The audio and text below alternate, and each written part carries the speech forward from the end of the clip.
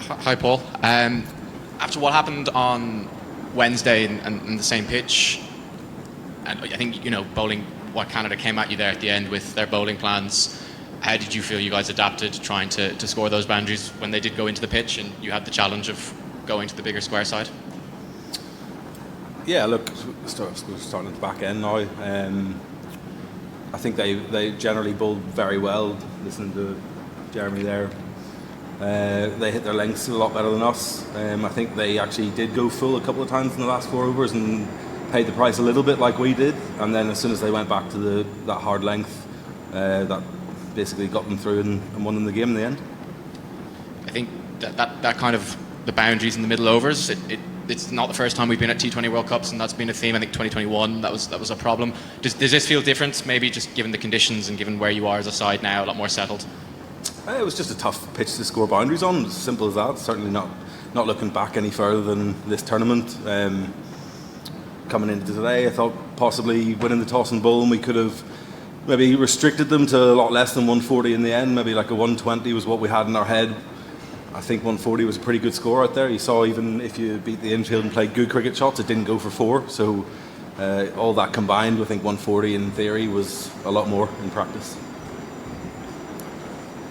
James. Thank you. Paul, I mean, obviously we've seen the pitches here, and that's one thing, but the boundary sizes, I mean, what's your view on that? Because I mean, even in the first game, I remember you hitting a 4 cover drive and it didn't go to the boundary. What do you make of that?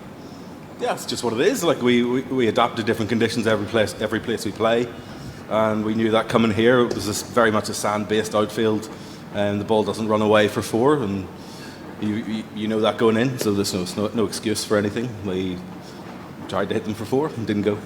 Were you impressed with the way the Canadians in the middle there? They kept trying to hit boundaries in the middle there, and that Curtin played quite a good innings, didn't he? I think they played really well in the middle. That was probably a match-winning partnership between those two.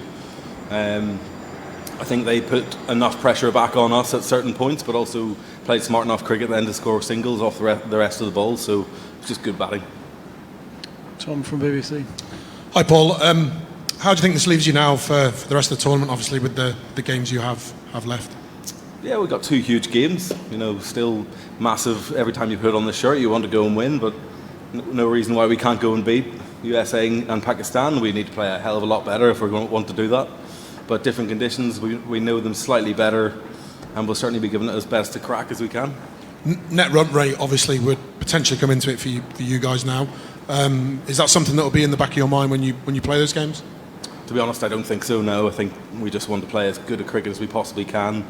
I've sort of hammered for at least the last year that if we don't play our best cricket, we will not win games of cricket. So we need to get back to our best for next week. Adam Collins. G'day, Paul. You've been on the other side of this when you're an associate nation like Canada, beating a full member a number of times at World Cups. Is it a bit frustrating now being at the top table, being a full member and not consistently being able to win games like this one? I wouldn't say it's frustrating, no. I think knowing from where we've come from, it doesn't surprise you. It's not a huge thing. It might be in different levels of the media, but we certainly know not to take anyone lightly from where we've come from, and that's just what happened today. They played better cricket than us for 3 hours and they won the game.